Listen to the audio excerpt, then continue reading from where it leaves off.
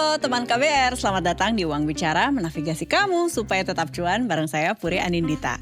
Kalau kita boleh request ya, skenario ideal dalam hidup itu tuh gak ada tantangan, gak ada resiko, gak ada kesusahan, pengennya tuh gitu ya. Tapi kan memang hidup tidak ideal. Jadi selalu ada resiko atau bahkan potensi resiko yang kadang kita ngerasa semua sekarang ini lagi baik-baik aja. Tapi sebenarnya ada loh, setiap individu punya. Nah, potensi resiko apa nih yang perlu kita kalkulasi biar gak kaget ke depannya? Ini yang mau kita obrolin sama teman baru kita. Selamat datang. Sudah hadir Head of Product Development and Management Sequis, Wina Indah Lestari. Selamat datang Wina. Halo. Gimana kabarnya Puri hari Kabarnya ini? seneng banget karena jarang-jarang kita syuting memang di luar. Jadi makasih Sequis sudah membuka rumahnya nih ya di SCBD untuk kita semua dapat suasana baru nih langsung di sini. Natural light juga. Langsung tembak. Tadi kan kalau boleh request hidup semua baik-baik aja kan gak ada tantangan, gak ada resiko. Pokoknya semua aman. Tapi kan kita tahu hidup gak kayak gitu ya. Nah, mau tanya, ketika kita tuh lagi di range usia produktif, 20 something ke atas lah, sampai 40 something gitu kan. Emang apa sih resiko hidup individu yang sering muncul gitu? Jomblo. Oh enggak ya. Enggak ya. Itu resiko ya? Kirain itu advantage in this economy. Jadi resiko itu sebenarnya macam-macam ya. Dan mungkin yang sering orang lupa, resiko itu bisa datang kapan aja, bisa dalam bentuk kecil maupun dalam bentuk besar. Oke. Gitu ya.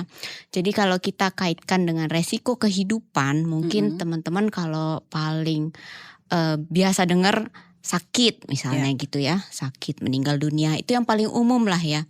Tapi paling gampang aja kalau kita jalan tiba-tiba keserempet motor misalnya, itu termasuk resiko. Nah resiko itu belum tentu damage-nya besar gitu ya. Kadang-kadang cuma sedikit aja, tapi ada impact terhadap terutama financial biasanya. Jadi semua yang ada dampak terhadap financial itu yang kita sebut dalam resiko gitu. Oke, nah sekarang kan berarti mengerucut ya, kayak apapun resikonya, tadi kesenggol itu kan ternyata impactnya sampai ke isi dompet, ya kan? Nah risiko finansial apa yang paling sering kita diabaikan gitu di range 20-40? Biasanya kalau anak muda ya, jadi kita suka take everything for granted gitu ya. Seperti kayak kesehatan, prima nih gue, kayak gue bisa Hyrox nih gitu kan. Wih, padahal malamnya begadang sampai jam 1 pagi, jam 7 udah siap Hyrox gitu kan. Tapi terkadang kala kita menyamuk ya, kena DB itu kan gak pilih-pilih ya gitu. Jadi kadang-kadang itu kita suka mengabaikan bahwa resiko itu bisa datang kepada siapa aja, kapan aja. Dan terutama kalau usia produktif itu biasanya kesehatan.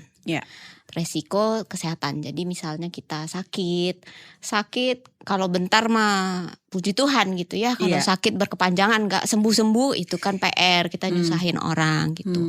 Kemudian yang berikutnya biasanya kalau orang sudah berkeluarga, punya tanggungan, mungkin itu mikirnya agak lebih panjang lah ya gitu. Jadi itu harus memikirkan seperti pertanggungan jiwa, misalnya warisan untuk keluarga dan seterusnya gitu. Jadi biasanya yang paling sering diremehkan itu sebenarnya adalah kesehatan. Gitu. Kesehatan yang akhirnya menular ke finansial. Nah, banyak juga yang di sekarang ini, aku masih kerja, maksudnya aku menghasilkan sejumlah uang bulanan dan aku juga punya financial planning lah ibaratnya. Aku punya dana darurat gitu ya. Gak jarang juga ibaratnya dapat asuransi yang dari kantor lah bawaan. Yang kadang gak suka dicek juga isinya.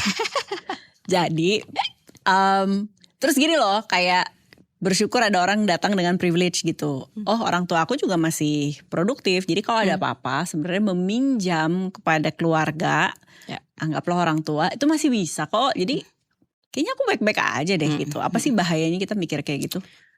Itu bahaya banget sih. Jadi balik lagi ya, karena kita nggak tahu nih resiko itu bisa sejauh apa gitu.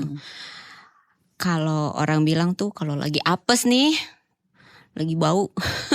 Itu kita bisa sampai habis-habisan gitu. Kan memang namanya resiko itu bisa terjadi, bisa juga enggak gitu ya. Kadang orang mikir gambling ngapain sih, gue mesti punya asuransi atau gue harus nabung setiap bulan. Toh ya kalau kenapa-napa gue masih bisa, masih ada orang tua dan sebagainya gitu. Iya. Tapi sebenarnya yang kita tidak mungkin suka tidak sadari atau tidak mau menyadari gitu ya, bahwa apa yang terjadi sama kita tuh nggak pernah tahu gitu.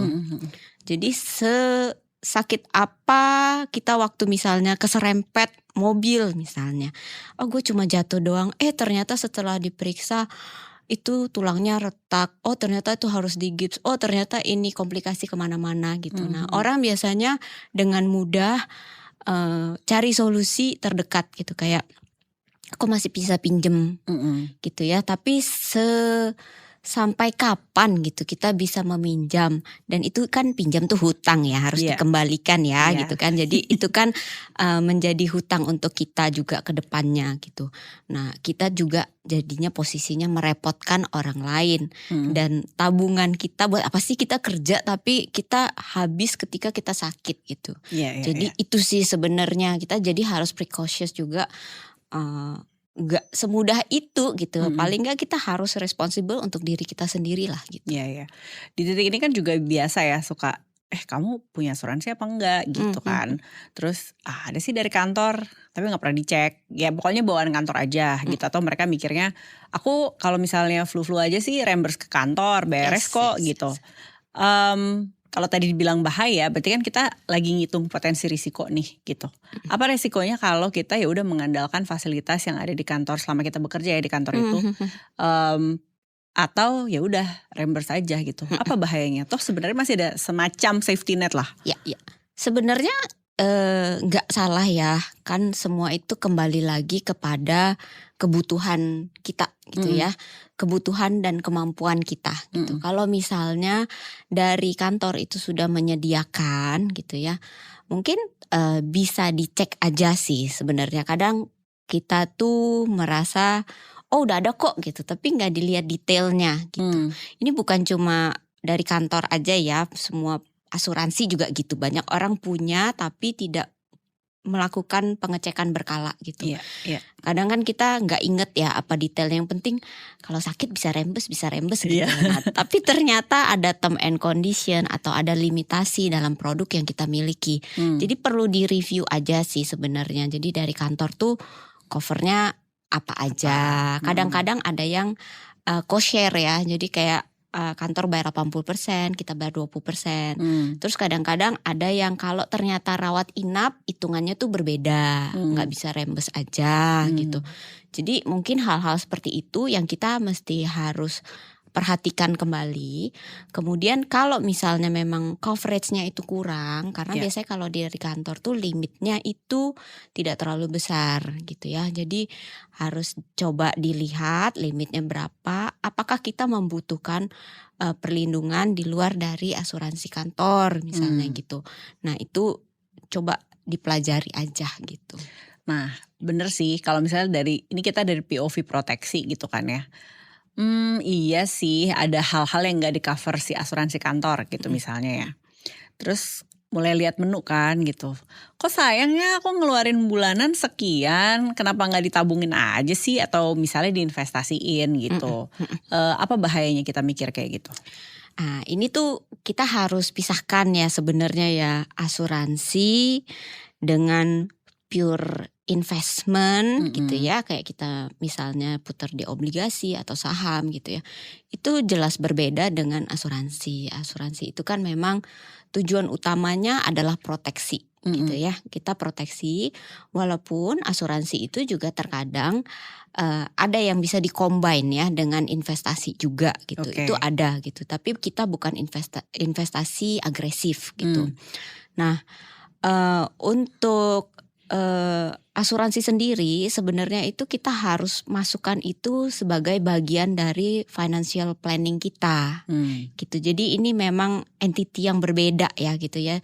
Investasi ya kita harus terus ada menabung, tapi kita harus ada juga untuk asuransi gitu.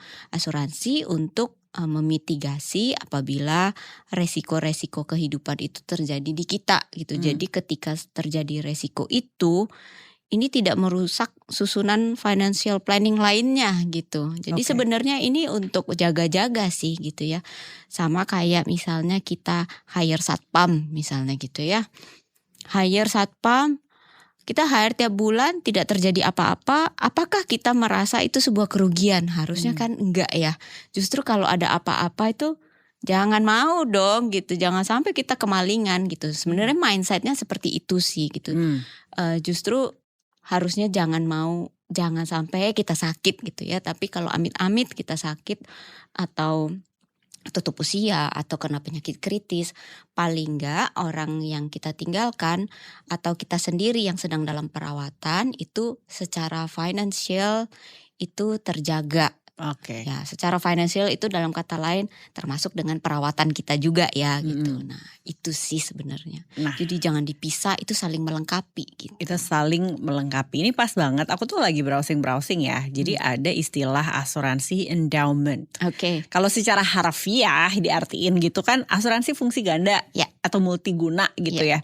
Tapi apa sih sebenarnya dan cocok untuk tujuan yang kayak gimana? Oke, jadi kalau endowment itu biasanya itu memang kita jangka waktunya itu tertentu. Jadi kalau di produk asuransi itu ada yang namanya whole life, ada yang endowment. Kalau whole life itu perlindungannya itu sampai 100 tahun biasanya. Kayak seumur hidup gitu, seumur Oke. hidup perlindungannya. Tapi ini tuh kan produk asuransi tradisional ya. Jadi biasanya kalau yang seumur hidup dia covernya jiwa. Jadi tipenya itu seperti untuk warisan. Ya misalnya. lebih memikirkan apa ya generasi selanjutnya Next generation, atau ya. siapa yang jadi dependennya dia Benar. gitu ya. Oke. Nah biasanya endowment ini digunakan untuk perlindungan tambahan. Jadi biasanya gini, endowment itu bukan yang pertama orang beli biasanya. Jadi kalau udah punya kesehatan, udah punya jiwa, baru biasanya orang ambil endowment. Jadi Oke. ada stepnya gitu ya. Tapi endowment ini bisa menjadi salah satu alternatif juga buat teman-teman kalau misalnya kita tuh mau ada proteksi, tapi kita mau ada return juga lah gitu. Nah jadi di endowment ini sendiri biasanya kita periodenya kayak ada yang 10 tahun, ada yang 20 tahun gitu Oke. ya. Dari kita buka asuransi misalnya. Nah itu kita didapat proteksi jiwa biasanya, dapat proteksi jiwa. Kemudian kita ada return juga. Jadi di akhir masa perlindungan biasanya kita preminya kita kembalikan bersama dengan returnnya gitu. Itu biasanya. Jadi ini sebagai alternatif ya. Kalau dibilang kenapa gue nggak reksadana aja, bisa aja gitu. Cuma kelebihannya kembali lagi kita tuh asuransi gitu ya. Oke. Jadi kita memberikan ada perlindungan utamanya tuh apa di produk itu. Jadi kalau endowment biasanya kita di life. Di jiwa gitu ya, Iya, bukan di jiwa. asuransi kesehatan. Jadi Oke. selama 20 tahun misalnya ya apabila terjadi sesuatu kita akan mendapatkan uang pertanggungan sebesar sekian misalnya, dapat warisannya gitu. Tapi kalau nggak meninggal pun nanti ketika sudah selesai perlindungan kita dapat juga gitu. Jadi kadang-kadang di Indonesia ini ya nggak mau kalau rugi ya Iya, gitu. kok hilang gitu. Iya, kok hilang gitu. Jadi banyak yang tertarik dengan produk seperti ini. Tapi mungkin aku sekali lagi ingatkan ya. Jadi teman-teman kalau misalnya belum punya produk yang basic, jangan langsung ke endowment gitu. Karena benar kembali tuh. lagi kita tuh harus lihat kebutuhan gitu ya. Kebutuhan kita apa, proteksi yang kita perlukan itu apa gitu. Oke. Gitu Miskonsepsinya adalah tiba-tiba karena ini ada fungsi ganda, kayaknya aku Iya. langsung tertarik itu, jangan loncat. Betul. Oke, berarti kalau skala prioritas pertama biasanya kalau di usia produktif itu kita kesehatan dulu. paling penting. Tapi kalau misalnya kesehatan sudah ada atau paling nggak parsial sudah ada, kalau udah ada tanggungan biasanya bisa ke live dulu juga boleh gitu. Oke. Jadi paling enggak orang yang ditinggalkan ya kita sudah aman lah ya untuk masalah yang itu gitu. Oke. Biasanya itu dulu sih, 2 itu. Jadi kita memikirkan sebenarnya jiwa itu bukan mikirin kitanya sih, Betul. mikirin orang-orang yang bergantung pada kita, Betul. gitu ya. Betul. Nah, rentang usia tadi kan bilangnya gini, kalau ada apa-apa berarti kan pergi ke ahli waris, Ya. kurang lebih kayak gitu ya. Mm-mm. Tapi kalau diberikan umur panjang, berarti kan uang itu kembali, Mm-mm. ya dengan syarat dan berlaku lah gitu ya. Itu rentangnya berapa lama? Tergantung produknya. Mm-mm. Kalau di Sequis sendiri ada produk yang paling cepat kita balikin itu di tahun ke-7.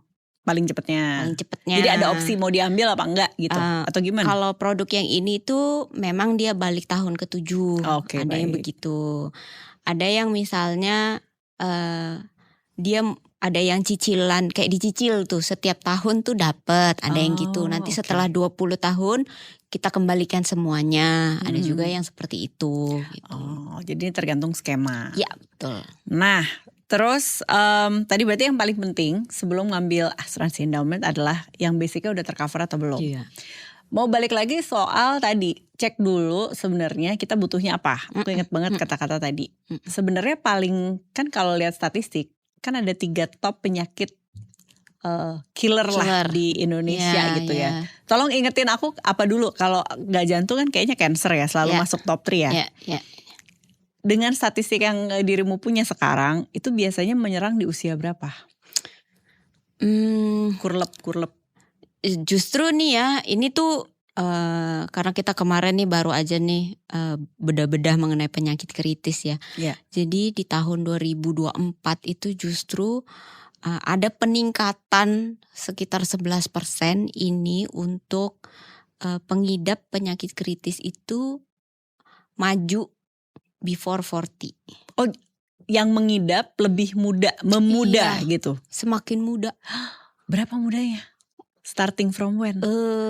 Mulai nggak disebutin sih ya, kan agak beragam nih. Ya. Tapi memang kalau sekarang kita lihat di sekeliling kita itu semakin muda ya, sekitar umur 30-an itu sudah mulai ada yang sudah terkena jantung. Jantung berarti. Ya banyak masih nomor 1 jantung kayaknya. biasanya. Silent killernya tuh. Jantung gitu. Ya itu lifestyle juga sih sebenarnya ya, dari kolesterol, makanan, gaya hidup gitu. Iya. Kadang kita tidak menyadari bahwa penyakit itu bisa untuk anak muda loh. Kirain cuma 50 tahun ke atas, 60 tahun ke atas gitu ya.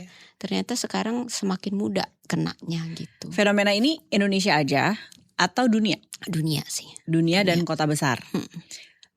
Kalau amit-amit kita menjadi penderita, terus kita masuk rumah sakit nih, dirawat karena penyakit itu, kita gak punya asuransi, kita harus bayar berapa sih? Entah itu operasi atau perawatan. Wah, ini tergantung nih ya, ini pelik nih. Pelik. Soalnya kebanyakan kalau kita sudah terkena penyakit kritis ya, itu biasanya membutuhkan perawatan yang cukup panjang. Nggak bisa kayak tipes ya, sekali selesai gitu ya. Nggak kayak gitu, apalagi kalau misalnya sampai cancer. Jadi butuh perawatan yang berkelanjutan, harus kemo dan ini sebagainya gitu. Terus kadang-kadang kita juga harus check up rutin dan sebagainya. Nah itu rentangnya bisa sangat besar sekali sih gitu ya, dari ratusan sampai miliaran sih biasanya. Gitu. Itulah kita tidak bisa terlalu tanda kutip mengandalkan si tabungan atau dana darurat. Betul. Kapan ya gue ngumpul miliaran? Kayaknya enggak deh. Gitu. Ya juga sih. Nah, tahu diri aja. Kalau udah ada angkanya didorin gitu kayak baru nyadar kan, kayak ngejar nggak sih gitu dan terus pasti kita nggak pernah tahu kita punya tantangan hidup yang seperti itu di usia berapa gitu kan ya. Tapi menarik kalau tadi dibilang 30-an. Serem sih. Serem sih. Iya. Oke. Aku mau diajak tahu lebih banyak lah temuan-temuan dari teman-teman Sequis gitu ya. Apa sih yang sangat mengagetkan? Kalau tadi buatku tuh kaget loh. Kayak tahu bahwa jantung, kanker itu bisa dimulai dari usia 30-an. Apalagi story yang menurutmu kayak, ih kamu mah harus tahu gitu. Karena kan kita akan bergerak kalau memang, kalau nggak karena numbers. Yes. Karena real life story kan. Karena kalau enggak itu kayak ngerasa jauh aja sama kita. Jadi kalau kita lihat di belakangnya asuransi ini ya. Jadi klaim itu berbagai macam gitu. Kadang miris gitu ya, kadang kesian juga. Bahkan kayak penyakit kritis itu bisa terjadi di usia sangat muda sekali gitu ya. Dan kadang-kadang kita juga kayak nggak tahu kenapa hal ini bisa terjadi. Jadi misalnya kayak terjadi untuk anak-anak gitu ya. Tiba-tiba itu banyak sekali sih terjadi seperti itu. Mungkin kita suka lihat ya di sosial media, kadang-kadang ada gitu kan. Sampai mereka bingung harus gimana. Kadang open donation juga. Kadang kan nggak kepikiran untuk punya asuransi untuk anak juga mungkin gitu ya. Atau mungkin belum ada budget dan lain sebagainya gitu. Nah, kadang sedih ya, kayak kita kenapa sih bisa terjadi seperti ini ya. Sometimes it just happen gitu ya. Pahitnya nih, realitanya emang begitu gitu. Nah itu kadang sedih sih. Jadi banyak penyakit kritis itu terjadi bahkan sampai di anak-anak juga. Terus sekarang itu kan dunia kesehatan tuh semakin berkembang ya. Semakin berkembang. Terus kita kayak perawatan untuk penyakit, terutama penyakit-penyakit yang berat, untuk penyakit kritis itu semakin berkembang dan tentunya harganya semakin mahal sih. Gitu ya. Harganya tuh semakin mahal. Jadi kadang-kadang tuh bahkan aku sendiri yang bekerja di bidang asuransi itu kadang mikir ya, gila sih ini kalau kita yang sakit ya gimana ya bayarnya kalau nggak punya asuransi gitu ya. Kayaknya nggak mungkin deh gitu. Jadi mungkin ini bukan jualan ya, cuma ini kan kita literasi asuransi ya, literasi keuangan gitu. Jadi jangan sampai kita menyesal karena kita belum siapkan gitu ketika resiko itu datang gitu. Karena sebenarnya semakin muda kita memiliki proteksi itu semakin baik karena kita masih sehat ya. Perhitungan preminya itu kan dipengaruhi juga oleh usia dan riwayat kesehatan. Jadi selagi masih prima nih ya, itu biasanya preminya masih rendah. Tapi kalau orang yang sudah sakit, mohon maaf asuransi juga nggak mau cover gitu kan, karena kan kita pasti rugi ya gitu. Kenapa juga gue cover yang sakit gitu. Gitu. Jadi kalau sudah sakit itu sudah terlambat, kita nggak bisa buka asuransi. Atau kalau mungkin yang masih bisa, preminya pasti harganya mahal. Karena resiko terjadinya klaim itu kan semakin tinggi gitu ya. Jadi itu sih, jadi jangan sampai kita menyesal karena kita banyak mikir ini mikir itu gitu. Tapi aku jadi kepikiran dua hal sih. Pertama, mungkin ketika kita baru merintis karir, kita kan belum terlalu banyak pilihan ya untuk melakukan audit kayak yang kamu bilang gitu. Begitu kita menginjak ke 30 something yang udah lebih ajak lah karirnya atau tabungannya gitu kan. Terus dia yang kayak, iya deh aku mau nambah gitu kan sesuai dengan profilku. Pas dicek ternyata dia tuh adalah penyakit sesuatu, entah itu bawaan atau mungkin gak seprima ketika dia usia 20-an. Di titik itu kan kayak tadi kamu bilang berarti harganya tuh bisa lebih mahal. Perlu tetap diambil gak itu terjadi? Perlu. Tetap perlu justru, walaupun saat itu kayak kok harganya gak kayak waktu aku 20-an. Iya, mau gak mau ya, justru kalau kayak gitu tuh kita makin tahu ya resiko saya nih kayaknya justru lebih tinggi loh. Karena kita misalnya udah tahu nih resiko tuh bisa aja kayak misalnya udah ada hipertensi. Itu itu termasuk di asuransi itu termasuk kayak kita tuh harus re-underwrite ya. Underwritingnya tuh kita mesti naikin harganya biasanya. Karena darah tinggi itu kaitannya erat sekali dengan jantung. Biasanya kan gitu ya. Jadi resikonya itu lebih tinggi untuk sakit. Nah jadi justru karena tahu, menurut aku kita harus berjaga-jaga sih. Kalau harganya lebih mahal, kayak mau gak sih? Karena terus nanti pikirannya adalah kalau kamu lanjut usia makin lebih mahal lagi kalau dinanti-nanti intinya gitu ya. Iya. Terus kalau itu terjadi gimana gitu. Kalau misalnya harus rawat inap dan sebagainya. Terus nanti kita harus bayar MM-an kayak yang tadi. Kayak kalau kamu gak sign up kamu bayar MM-an. Atau bahkan lebih amit-amit ya. Satu lagi, ketika kita udah lebih ya gitu di usia yang lebih ajak, mulai evaluasi diri, audit. Karena kan suka gini ya, apakah harus cari yang rekanannya di luar negeri? Jadi nggak selalu rumah sakit dalam negeri lah gitu ya, entah dengan alasan apapun. Ya. Perlu nggak sih? Sebenarnya itu tergantung kebutuhan dan kemampuan gitu ya. Jadi nggak ada yang salah kalau orang punya taraf hidup lebih baik, mungkin pengen dapat di luar negeri misalnya, ya monggo aja sih, nggak masalah gitu.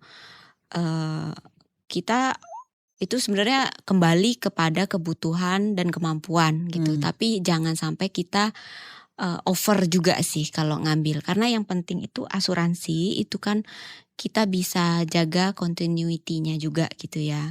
Jadi bisa, maksudnya tuh kasarnya bisa bayar terus-terusan lah gitu. Jangan sampai karena kita kayak pingin, gue pengen nih nanti gue kalau sakit gue harus ke Singapura. Gitu. Singapura kan mahal sekali Bapak Ibu ya.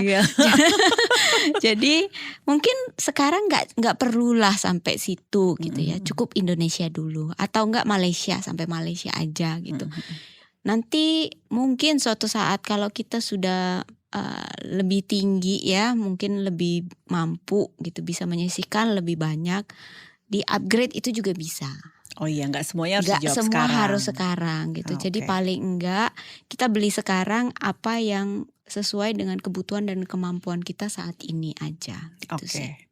Pas banget, ini sebenarnya bukan akhirnya obrolan kita, karena ini nggak tahan pengen langsung nanti kita bikin 3 part nih ngobrol sama Wina. Cuman karena banyak teman-teman Gen Z, teman KBR juga yang memang first jobber, young professionals gitu. Apalagi yang mau diingetin soal asuransi? Kayaknya kita udah omongin semua tadi ya. Itu basicnya banget ya teman-teman tuh, jangan lupa selipkanlah asuransi itu dalam perencanaan keuangan kita gitu. Jadi kita tuh kadang suka lupa, kalau terima gaji pokoknya ditabung, beli kopi, beli tumbler. Abis itu liburan. Healing dulu. Nonton konser. Ya, betul.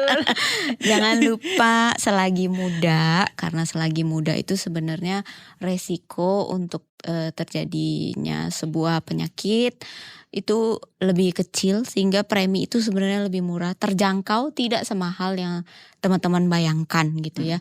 Kita harus punya proteksi supaya semua rencana dalam kehidupan kita itu bisa kita mitigasi juga kalau terjadi kenapa-kenapa gitu. Jadi coba luangkan waktu aja, lihat-lihat kira-kira kebutuhan kita apa, yang kita dapat dari kantor apa misalnya ya.